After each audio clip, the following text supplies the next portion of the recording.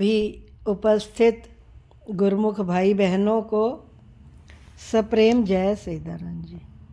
आप सभी गुरु के प्यारों के हृदय मंदिर में विराजमान श्री परमहंस दयाल महाराज जी के पावन श्री चरणार विंदों में इस दासी का श्रद्धा युक्त नमन स्वीकार हो। श्री परमहंस गुरुदेव जी निराकार साकार, जिनकी पद नख ज्योति से आलोकित संसार, परम पुरुष पूरन धनी, आनंद घन सुख रूप, सर्वारंभ में पूजिए पावन चरण अनूप, सर्वारंभ में पूजिए श्री सतगुरु चरण अनूप।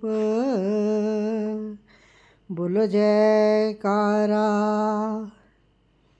बोल मेरे श्री गुरु महाराज की जय, बोल साचे दरबार की जय। विचारवान गुरुमुख भाई बहनों, हम सभी श्री गुरु महिमा का पाठ करते हैं, नित्य प्रति करते हैं। कोई गुरुमुख 2 बार करते हैं, कोई अधिक बार भी करते हैं। नित्य प्रति इसमें ये पढ़ते हैं कि बड़भागी सत्संग में आए, हंस गति सोई सहजे पाए, सत्संगति फल अति शुभ मूला, गुरमुख नहीं लागे भवशूला। नित्य प्रति ये पढ़ते हैं। ये महापुरुषों के अनुभूत वचन हैं, ऐसे ही नहीं कोई तुकबंदी की हुई, बड़े भावपूर्ण वचन हैं कि बड़भागी सत्संग में आए। सत्संग में जो बैठक मिलती है ये बड़े भाग्यों से मिलती है। ऐसे ही नहीं कोई भी सत्संग में उपस्थित हो सकता, और जो सत्संग में आता है वो हंस गति को प्राप्त हो जाता है। आमतौर पर मनुष्य का जो ख्याल है वो संसार में रमा रहता है, विषय वासनाओं में, कामनाओं में, इच्छाओं में, मोह माया में यहीं फंसा रहता है। तो वो उसको कहते हैं कागगति, विषय विकारों की गंदगी खाता है।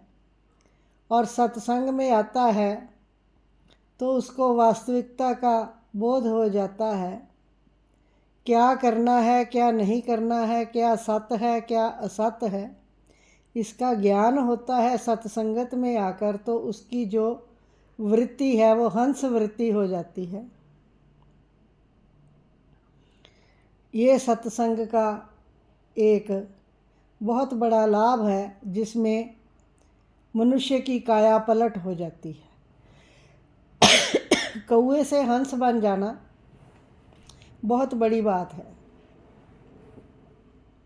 एक छोटी सी कथा है, उदाहरण है सत्संगति के विषय में कि एक परिवार में भक्त्यानी गुरु दरबार को बहुत मानती थी, असीम श्रद्धा रखती थी। अपने श्री गुरु महाराज जी पर उसका पूरा विश्वास था और नित्य प्रति अपने पास के आश्रम में सत्संग पर जाया करती थी हर रोज़। अपने पति को भी प्रेरणा देती कि आप भी जाया करो सत्संग में, आप भी जाया करो। वो हाँ हूँ तो कर देता पर जाता नहीं। भीतर से ही उसका, अंदर से ही उसका दिल नहीं मानता था सत्संग पे जाने को। चलो ये जाती है जाती रहे, मैं ना जाता। अब एक दिन उसने, भगत ने अपनी भक्त्यानी से कहा कि आज मुझे इस टाइम पर बहुत ज़रूरी काम से बाहर जाना है और मेरा समय भी बाहर ज़्यादा लगेगा। तू अभी उठ के चल देगी सत्संग पर, तू अभी मेरे बाहर जाने की तैयारी कर, मुझे भोजन बना के दे, साथ के लिए भी भोजन पैक करके दे, और मेरे को आने में भी देरी हो जाएगी, इसलिए तू फ़लाँ फ़लाँ काम कर रखना, आज सत्संग पर मत जाना। भक्त्यानी कहती है, ठीक है, मैं आपकी बात मान लेती हूँ, मैं सत्संग पर नहीं जाती, पर आप तो अभी घर में हैं मेरी जगह पर, अभी आपको नहीं जाना, आपको जाने में कुछ समय है, मैं आपकी तैयारी करती हूँ, आपको भेजने की सारी व्यवस्था करती हूँ। ऐसा करो, आज आप सत्संग पर जाओ मेरी जगह पर, तो मैं समझ लूँगी कि मेरी हाज़िरी लग गई।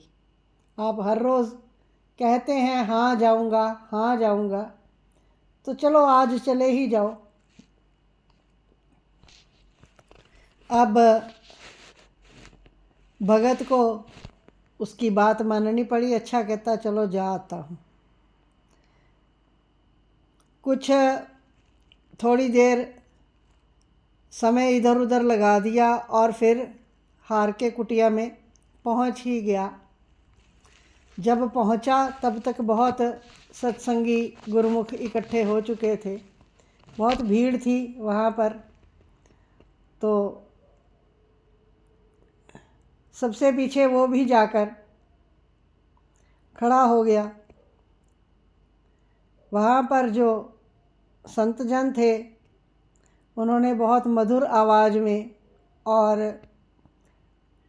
ऊंचे स्वर में कहा, हाँ जी भाई भक्तों, आए हो? सबने कहा हाँ जी आए हैं। इसने भी कहा आए हैं। तो फिर महात्मा जी ने कहा, अच्छा बैठ जाओ। ऊंचे स्वर में कहा, बैठ जाओ। सब बैठ गए। ये भगत भी दरवाजे की चौखट के सहारे जाकर ओट लेकर बैठ गया आराम से। अब प्रवचन वर्षा शुरू हो गई, सत्संग शुरू हो गया और भगत जी को तो सहारा लिया हुआ था चौखट का, सिर टिकाया हुआ था, तो इनको नींद आ गई।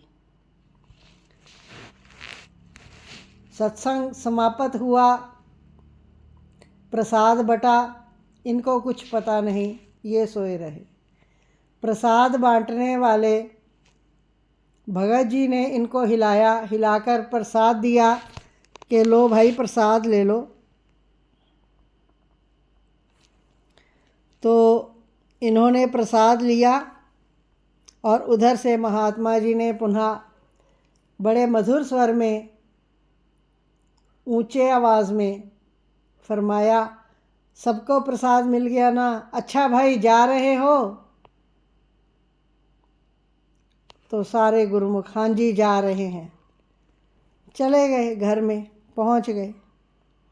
ये भगत जी भी वहाँ से चले आए, घर आए आकर अपने जहाँ काम पर जाना था वहाँ की तैयारी की और अपने काम पर जाने के लिए उद्यत हुए। भक्तियानी ने टिफ़िन भी दिया और उनका खाना खुना जो बना के दिया था साथ में भी दिया और खिलाया भी और भेज दिया। मालिक की करनी इनका काम जो था वो शीघ्र ही वहाँ पर संपन्न हो गया। जिस काम के लिए कह रहे थे मुझे शायद देर हो जाएगी, वो जल्दी हो गया। सांझ ढले ही घर आ गए और जब उनकी भक्तियानी पानी वानी देकर पूछती है कि आप सुबह सत्संग पर गए थे, मुझे वचन तो सुना दो, क्या वचन हुए वहाँ पर, क्या सत्संग हुआ? कहते सुनाते हैं। सुनाए क्या, कुछ सुना हो तब तो कुछ सुनाए। सुना तो यही था, हाँ जी भक्तों आ गए हो, हाँ जी भक्तों बैठ जाओ, अच्छा भक्तों जाते हो। 3 शब्द तो सुने थे, आए हो, बैठ जाओ, जाते हो। भक्तियानी कह रही है कि मुझे सत्संग सुना दो। हाँ सुनाते हैं, चलो। बाल बच्चे भी आए, उनको भी भोजन दिया, सोने की तैयारी हो गई। सारे सो गए, घर परिवार सब सोने की तैयारी में हो गए। इन्होंने भी अपने कमरे की लाइट बुझाई। तो भक्तियानी कहती है कि मुझे वचन तो सुनाओ, सत्संग में क्या हुआ था? कहते सुनाते हैं। इस दरमियान क्या हुआ, जब रात का अंधेरा छाया तो बाहर आंगन में एक कोठरी थी, वहाँ पर 2 चोर आकर छिप गए थे। उन्होंने सोचा था कि गहन अंधकार हो जाएगा और ये घर का मालिक सो जाएगा तो हम चोरी करेंगे। जब इन्होंने अपने कमरे की लाइट बुझा दी तो काफ़ी देर इंतज़ार करने के बाद उन्होंने देखा कि सब चुप शांति है, कोई बोल नहीं रहा। तो वो चोर 2 थे, आपस में कहते हैं लगता है मालिक सो गए हैं, चलो हम धीरे धीरे भीतर चलते हैं और चोरी करते हैं। अब वो दबे पांव अंदर जैसे ही जाने लगे, उधर से भक्तियानी कह रही थी सत्संग सुनाओ। तो ये अब भगत जी इनको अपनी भक्तियानी को सुनाने लगे। महात्मा जी ने कहा, बड़े ऊंचे स्वर से बोला, आ गए हो, बैठ जाओ। चोर एकदम से बैठ गए। उन्होंने सोचा कि ये तो जाग रहे हैं। फिर थोड़ी देर बाद उन्होंने आंखों में इशारा किया कि हमें तो चलना चाहिए, ये जाग रहे हैं, कहीं पकड़े ना जाए। जैसे ही वो जाने के लिए वापस मुड़े, चलने लगे, तो उसने कहा, जाते हो? और वो चोर तो दुम दबाकर भाग गए। अब ये वचन इसने सुने थे, इसने भक्तियानी को सुना दिए। सो गए। चोरों ने किसी दूसरी जगह पर चोरी की, वहाँ पकड़े गए, पुलिस बुलाई। तो पुलिस ने तहकीकात की, इनको पूछा कि और कहाँ कहाँ चोरियाँ की हैं। तो उन्होंने, चोरों ने इनके घर का नाम भी ले दिया कि हम यहाँ भी गए थे, पर हमने यहाँ से चुराया कुछ नहीं। तो पुलिस कहने लगी कि कैसे गए भी थे और चुराया भी कुछ नहीं, ऐसे कैसे? इनको वहाँ थाने में बुलाया गया। भगत जी को गए कि क्या हो गया, पता नहीं मैंने क्या गलती कर दी जो मुझे पुलिस ने बुलाया है। तो वहाँ पर पूछा कि ये लोग आपके घर आए थे, आपका क्या नुकसान हुआ, कोई चोरी की है, कुछ किया है, ये चोर पकड़े हैं हमने। तो वो कहते कि मैं तो जानता नहीं कि ये मेरे घर आए थे। अब चोरों ने बताया कि हम इनके घर गए, अंदर तक गए। ये कहने लगे, आए हो, बैठ जाओ। हम बैठ गए। फिर हमने सोचा कि ये जाग रहे हैं और चोरी करना तो मिलेगा नहीं। हम जाने लगे। वापस जाने के लिए मुड़े तो कहते जाते हो। भगत के मन को चोट लग गई। मैंने केवल ये 3 शब्द सत्संग में सुने और इन 3 शब्दों का देखो कितना प्रभाव हुआ कि मेरे घर में नुकसान होने से बच गया। मुझे कोई हानि नहीं हुई, मेरे परिवार की कोई हानि नहीं हुई। तो उसके दिल में ये पक्का निश्चय हो गया कि अब तो मुझे नित्य प्रति सत्संग जाना चाहिए। सत्संग का तो लाभ ही बहुत है। सत्संग में है लाभ अनेक। घर आया, घर आकर अपनी भगतानी को बताता है कि जब मैं तुझे ये सत्संग सुना रहा था, वहाँ पर घर में हमारे चोर चोरी करने के लिए आए हुए थे और तुमने मुझे बहुत सही दिशा दी, जो मुझे सत्संग पे भेज दिया। अब तो हमें ना केवल तुम्हें बल्कि मुझे भी और हमें हमारे बच्चों को भी सत्संग में जरूर लेकर जाना चाहिए। महापुरुषों ने फरमाया है, एक वचन गुरुदेव का ताका अनंत विचार। सतगुरु के एक वचन में कितना भेद छुपा होता है, हम साधारण बुद्धि से नहीं समझ सकते। हम दंडवत करते हैं, हमारे महाप्रभु जी उठो गुरुमुखो उठो आज्ञा फरमाकर हमारे जीवन को कितना ऊंचा उठा देते हैं। इस बात का हमें कोई अंदेशा भी नहीं होता। उनके वचनों में इतनी ताकत भरी होती है कि वो हमारे जीवन को कहाँ से कहाँ ले जाते हैं। तो हमारा फ़र्ज़ है, समय हो गया, कंक्लूड करते हैं। हमारा फ़र्ज़ है कि गुरुदेव के बनाए हुए नियमों की श्रद्धा से पालना करते हुए और 2 घंटे सिमरन ध्यान में देते हुए अपने जीवन को गुरुदेव की आज्ञा अनुसार चलाएं, उनकी प्रसन्नता को हासिल करें, उनका बहुमूल्य आशीर्वाद प्राप्त करें। भक्ति दान मोहे दीजिए मेरे गुरुदेवन के देव, और नहीं कछु चाहिए स्वामी निश दिन तुम्हारी सेव।